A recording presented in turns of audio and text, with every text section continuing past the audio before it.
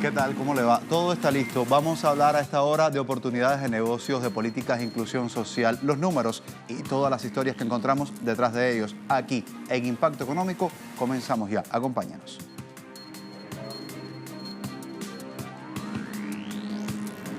En Venezuela, autoridades reguladoras del sector bancario y de economía y finanzas coordinan esfuerzos para normalizar la circulación monetaria dentro del país. Tiempo de análisis, arista económica. Ahí repasamos los datos económicos registrados en Nicaragua después del regreso del sandinismo al poder ejecutivo.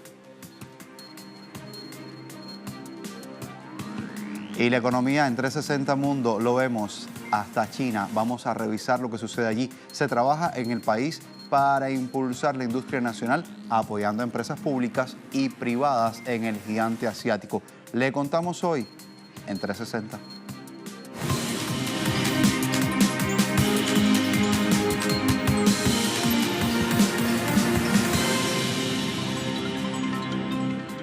Perspectiva latinoamericana que se inicia con el programa de recuperación, crecimiento y prosperidad económica implementado por el gobierno de Venezuela. Se mantiene el avance de esta implementación de programa. Queremos contarle que el ente regulador de la actividad bancaria del país suramericano ofreció un balance informativo sobre la circulación del actual cono monetario. Directiva de la Superintendencia de las Instituciones del Sector Bancario destaca que el flujo del cono monetario en ese país ha mejorado un 95% en un encuentro donde participó el ente regulador, así como también autoridades del Ministerio de Finanzas, del Banco Central de Venezuela, de la Unidad de Inteligencia Financiera y también miembros de la banca tanto pública como privada. Abordaron allí aspectos relacionados con la operatividad de las transacciones electrónicas y el manejo de efectivo para brindar a los usuarios un normal desenvolvimiento a la hora de realizar sus operaciones tanto en efectivo como de manera electrónica. Tenemos que contarle más. Se plantearon allí objetivos para ofrecer a la población la mayor cantidad de alternativas para movilizar así sus fondos. Y el rescate de la industria petrolera figura en la lista de prioridades del próximo gobierno de México. Hasta allá nos vamos. ¿Por qué? Porque el presidente electo Andrés Manuel López Obrador se comprometió a destinar más de 9.000 millones de dólares para fortalecer a Petróleos Mexicanos, conocido por sus siglas Pemex. Vamos a ver en qué estado se encuentra esta empresa, la más importante de ese país. Y la información la trae nuestro corresponsal Eduardo Martínez. Aquí está la nota. La estatal Petróleos Mexicanos, Pemex, llega a sus 80 años en malas condiciones financieras y con una caída importante en sus estadísticas de producción.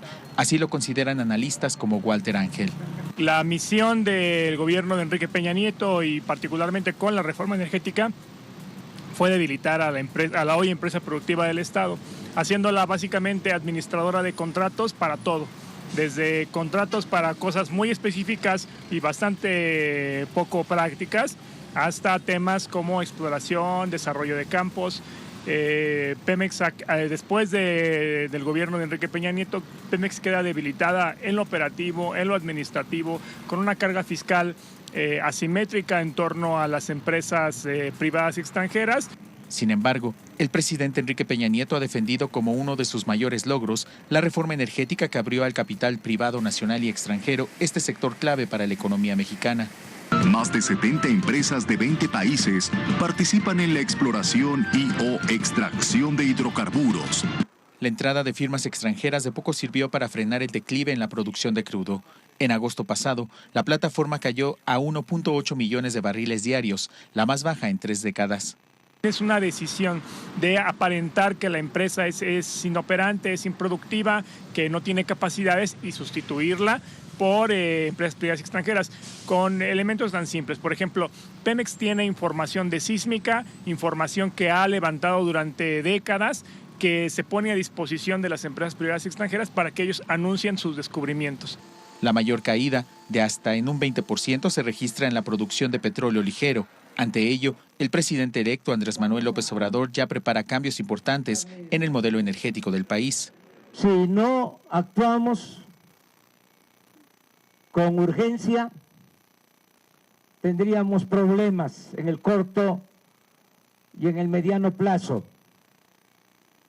Problemas de falta de producción de petróleo.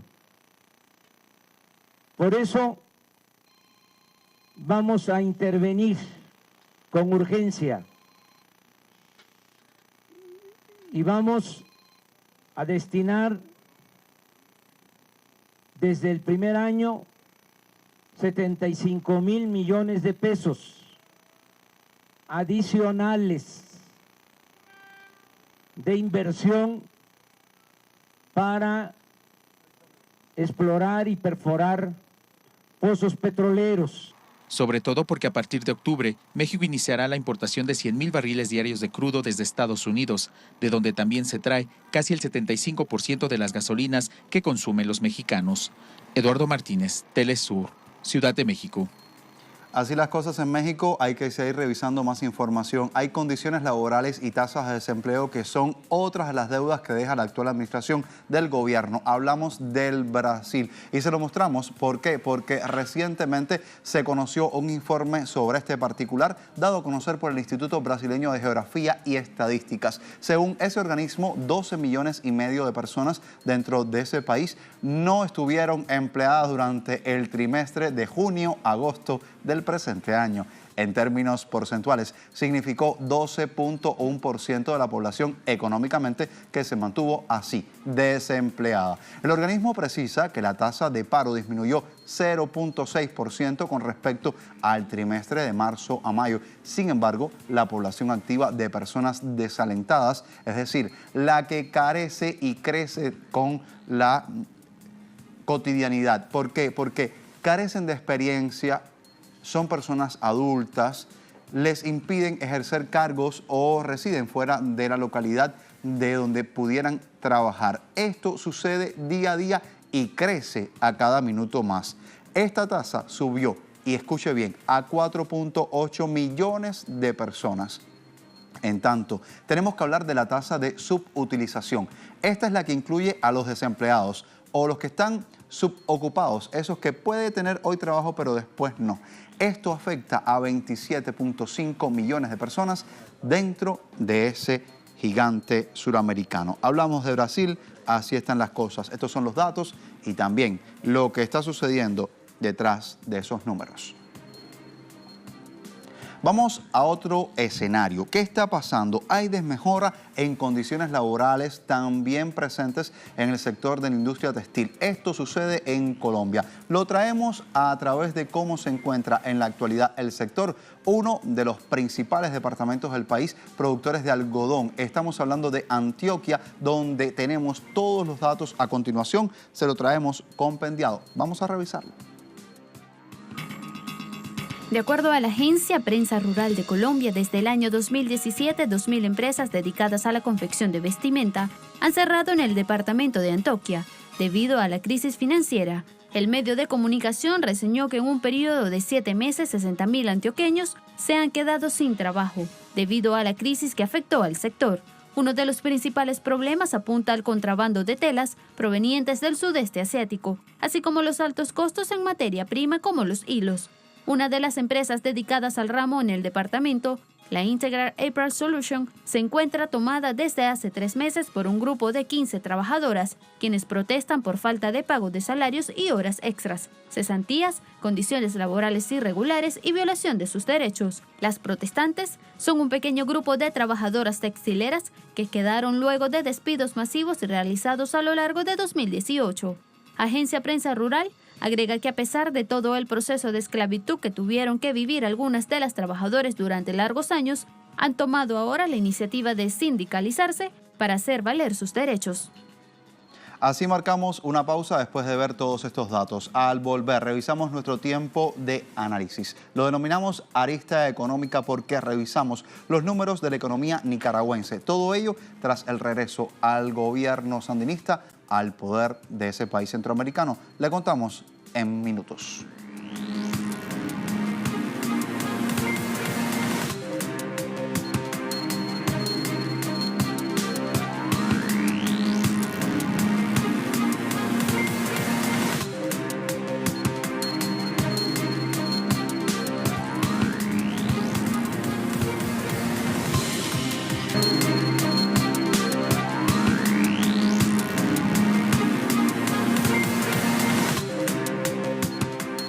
El regreso de Daniel Ortega a la presidencia de la República de Nicaragua en Centroamérica a partir del año 2006 significó todo un quiebre con los gobiernos de derecha y el modelo económico que estuvo implantado en ese país durante 17 años.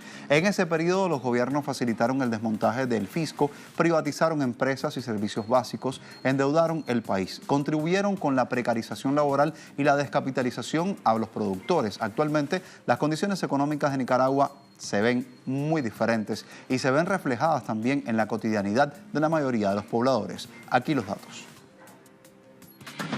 El 22 de agosto de este año, el mandatario nicaragüense Daniel Ortega llamó al pueblo a dar la batalla por la paz, luego de un fallido golpe de Estado en su contra y que se inició en el mes de abril.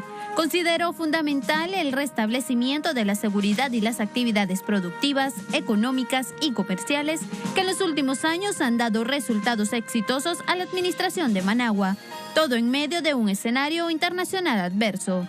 A nivel macroeconómico, el sandinismo logró expandir el Producto Interno Bruto del país en un ritmo mayor al promedio de Centroamérica. Tras el golpe de Estado fallido, la Comisión Económica para América Latina y el Caribe rebajó la previsión del crecimiento del PIB de 5% a 0.5% en 2018. Sin embargo, antes de la crisis sociopolítica, el país había registrado un promedio de crecimiento anual de PIB de 5.2% en los últimos 5 años. El comportamiento positivo sobre la producción de bienes y servicios del país trajo consigo un aumento en las exportaciones en 2017. 8 de los 10 principales productos de exportación, entre los que figuraron café, carne de bovino, oro, azúcar de caña, maní, camarón de cultivo, frijol, langostas, entre otros, generaron 1.965 millones de dólares, un valor equivalente al 72.4% del total exportado, cuyas ganancias dejaron al Estado nicaragüense 2.648 millones de dólares. Asimismo, Nicaragua es el único país de la región que produce 90% de los alimentos que consume a nivel nacional. Otro factor que ha jugado a favor de la economía de Nicaragua es su bajo nivel de criminalidad. Gracias a ello, el turismo se encuentra en auge y durante 2017, Nicaragua recibió 1.787.290 visitantes extranjeros, cifra que en términos porcentuales es 12% mayor al año 2016. Según el Instituto Nicaragüense de Turismo, la llegada de visitantes extranjeros dejó ingresos por 700 millones de dólares en el transcurso de 2017, en un país que cuenta con 500 destinos de esparcimiento y posee leyes que incentivan al sector, mediante el otorgamiento de exenciones de impuestos sobre la renta a inversores y pensionistas extranjeros que deseen vivir su retiro en el país. También el desarrollo de Nicaragua ha llegado de la mano de inversión extranjera directa. Hasta el año 2016, los ingresos por inversión foránea alcanzaron los 1.442 millones de dólares, un 4.1% superior al 2015. El 91% de los recursos se destinaron a 5 sectores: industria, telecomunicaciones, comercio y servicios, financiero y energía. Para el año en curso se espera un aporte superior a los 1.500 millones de dólares. De acuerdo al Instituto Centroamericano de Estudios Fiscales, Nicaragua fue el país centroamericano con más crecimiento de la inversión extranjera en el periodo 2011-2016, ya que esta representó 7.1% del PIB, mientras que para el lapso 2001-2010 el índice se ubicaba en 5%. También le contamos ahora que los ingresos obtenidos por el gobierno nicaragüense han estado destinados a promover planes sociales que benefician a los ciudadanos del país. El Ejecutivo presentó, recordemos, a principio de este año los ejes del Programa Nacional de Desarrollo Humano para los próximos 4 años. Estos ejes los revisamos ya.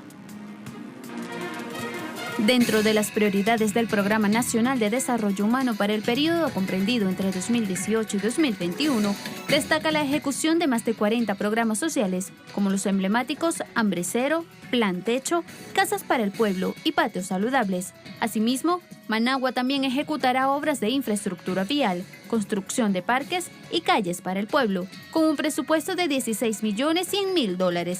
Los nicaragüenses valoran como positivo que la prioridad del gobierno sean las personas con menores ingresos económicos. En cuanto al programa Hambre Cero, en el 2017 benefició a 33.029 familias, según datos difundidos por el Ministerio de Economía Familiar, Comunitaria, Cooperativa y Asociativa de Nicaragua. Dicha política social entrega un bono productivo alimentario a las familias para fortalecer la producción de alimentos de autoconsumo en las comunidades rurales nicaragüenses. También comercializa los excedentes en el mercado nacional e incentiva las cadenas de producción agroindustrial, con el objetivo de darle un valor agregado a los bienes elaborados en las unidades de producción. El gobierno de Daniel Ortega también impulsa otros programas como Patios Saludables, que consiste en la entrega de semillas, plantas y hortalizas para que productores agrícolas puedan producir para su consumo y comercio local. De igual forma destacan Usura Cero, Plan Techo y Casas para el Pueblo, con el propósito de disminuir el déficit habitacional. De acuerdo a la Fundación Nicaragüense para el Desarrollo Económico y Social, la implementación de los programas ha aportado la reducción de pobreza general, que pasó de 29,6 a 24,9% en 2017. Estas son cifras que revelan una realidad inobjetable para una Nicaragua que retomó la senda del crecimiento económico inclusivo. Asimismo, ese país enfrenta desafíos económicos como aumentar su autonomía en finanzas para así evitar préstamos de organismos financieros internacionales y sus lógicos condicionamientos. También tiene la tarea de consolidar un tejido empresarial productivo nacional que pueda contribuir con su desarrollo y tener una demanda interna que sea más pujante. Pero hasta ahora, la estabilidad macroeconómica lograda por Nicaragua se convierte en una manzana de la discordia para los gobiernos neoliberales, quienes bajo una intención frustrada tratan de parar ese crecimiento de estos números que hemos presentado y lo han hecho por medio de la violencia vivida en los últimos meses en ese país centroamericano. Les contamos mucho más, vamos a hacer una pausa, pero al volver revisamos Economía Mundo 360, revisamos cómo el gobierno de China decide apoyar a los empresarios públicos y privados. Le contamos en breve.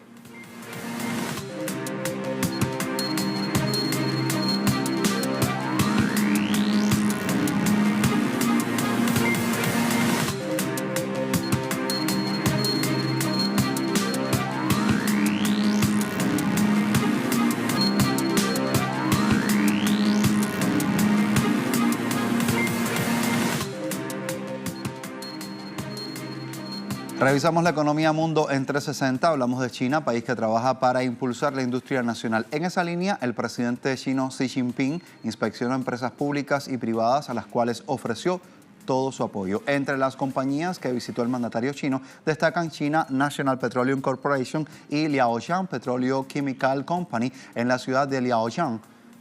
Allí conoció el programa de mejoras para las instalaciones de procesamiento de petróleo crudo y también los productos que ofrecen esas referidas empresas. Igualmente, Xi Jinping ofreció apoyo a empresas privadas del sector metalúrgico y del área de la agricultura. Señaló que la modernización de China es inseparable con la modernización de la industria agrícola, pues revitalizarán la agricultura con las tecnologías e instó también a los técnicos a esforzarse mucho más para elevar el nivel tecnológico de la zona rural.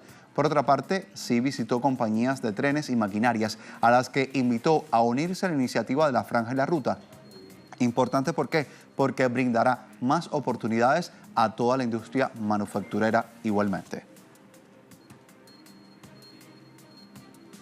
Y ahí en China nos vamos a quedar porque tenemos mucho más que contarle de ese país asiático. Se alista para albergar 5ª Conferencia Mundial de Internet. Como lo escucha, de las redes de redes se hablará en China porque van a desarrollar desde principios de noviembre en el pueblo de Wushan, la provincia de Zhejiang, ubicada en el este de China, todo este encuentro al que asistirán muchos de los seguidores de este apasionante mundo de la Internet.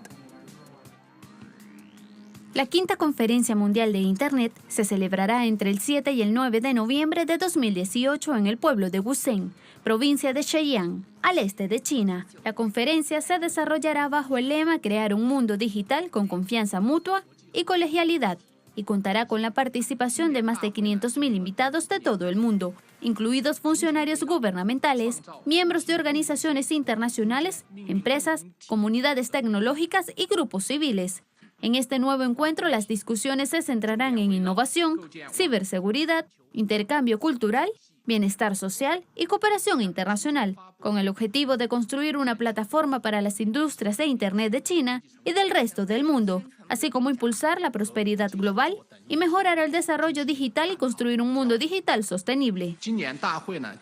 Organizaremos un espectáculo promocional para nuevos productos y aplicaciones de Internet, para alentar a las compañías de Internet de varios países a lanzar sus nuevos productos y aplicaciones.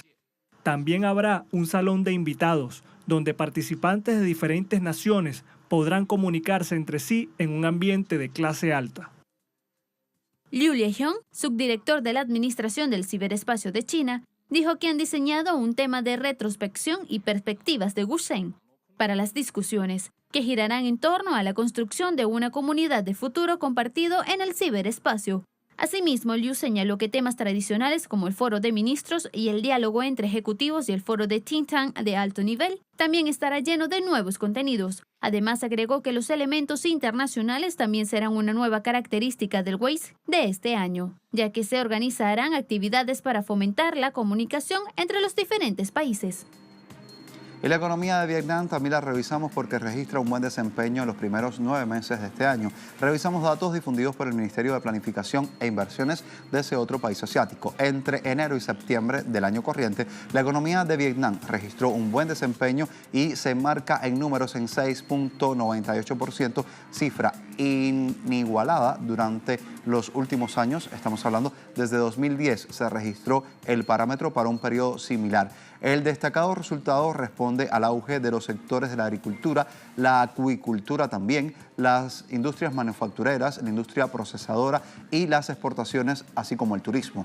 El jefe del Departamento de Estadísticas del Ministerio, Nguyen Binh Lam, señala que ese país está viviendo una estabilidad macroeconómica con un control eficiente de la inflación y un bajo índice de desempleo. En la última década de la economía de Vietnam creció 6.5% y según varios organismos financieros internacionales, durante todo este año lo hará por encima de ese nivel y se ubicará en 6.7%. Los datos, los números que compartimos con usted a esta hora.